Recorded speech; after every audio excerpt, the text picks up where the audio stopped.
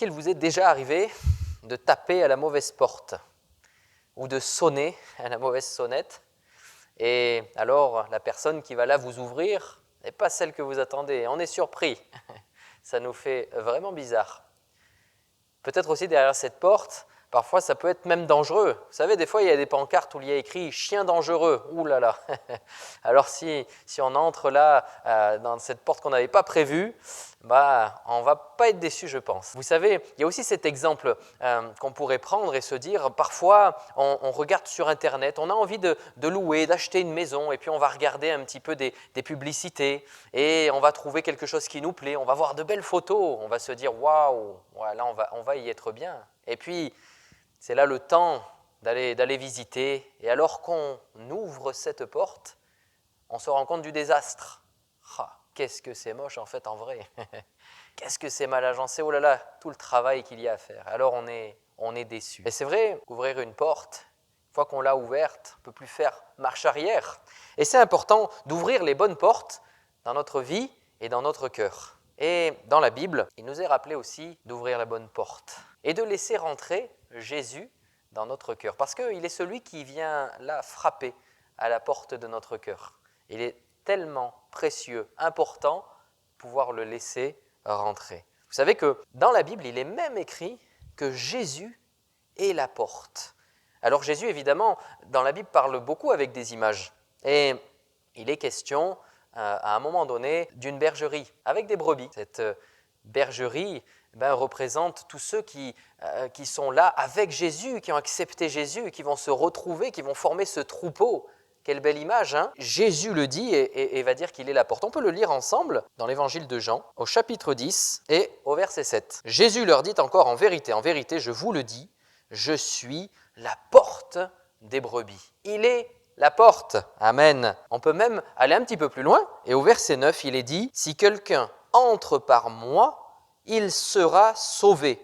Il entrera et il sortira et il trouvera des pâturages. Amen. Vous savez, je parlais tout à l'heure du fait qu'on puisse être surpris. On va se tromper de porte. On va ouvrir la mauvaise porte. Parfois même, on va être attiré là par une porte qui finalement, on le sait, va être mauvaise pour nous. On va alors rentrer dans un endroit où l'on sait que ce qu'il se passe n'est pas bon pour nous, n'est pas bon pour notre âme. Et là, il nous est rappelé quelque chose d'important. Jésus est la porte. Laisse-le rentrer dans ton cœur. Nous trouvons derrière cette porte quelque chose d'extraordinaire puisque c'est la vie tout simplement. Il est écrit, il sera sauvé. Si quelqu'un entre par cette porte, qui est Jésus-Christ, il sera sauvé. Il entrera, il sortira et il trouvera des pâturages. On trouvera tout ce qu'il faut pour nous. Tout ce dont nous avons besoin, alors nous l'avons en Jésus-Christ. Il est question, là je vous l'ai dit, d'image, de brebis, de bergerie.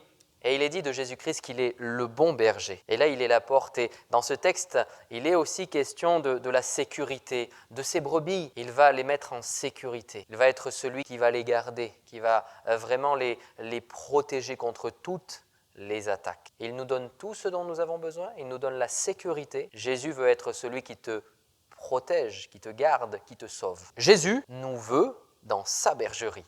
Et peut-être aujourd'hui, toi qui écoutes, tu te dis, mais moi, comment faire? Moi, je suis à l'extérieur de la bergerie. Moi, je suis loin de cette porte qu'est Jésus-Christ. Comment faire?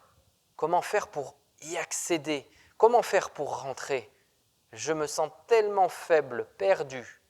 Seigneur Jésus, donne-moi la réponse. Un petit peu plus loin dans le texte, on peut reprendre dans l'évangile de Jean, chapitre 10 et verset 16, où Jésus dit « J'ai encore d'autres brebis qui ne sont pas de cette bergerie.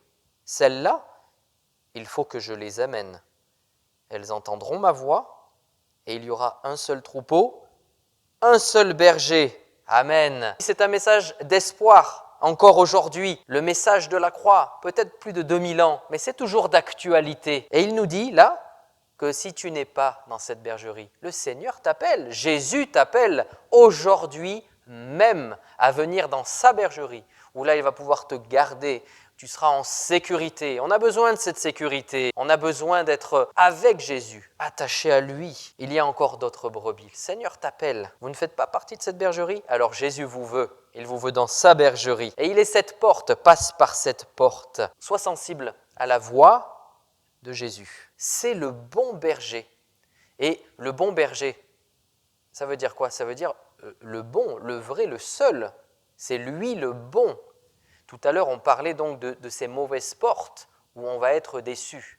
Avec Jésus, ah non, on n'est jamais déçu. Ça n'arrive pas. C'est impossible. Écoutons le bon berger, parce qu'il est le bon berger pour notre vie, car il est la porte. Alors je veux vous inviter vraiment, en tout votre cœur, à faire cette prière dans votre cœur, dire « Seigneur, oui, je veux faire partie.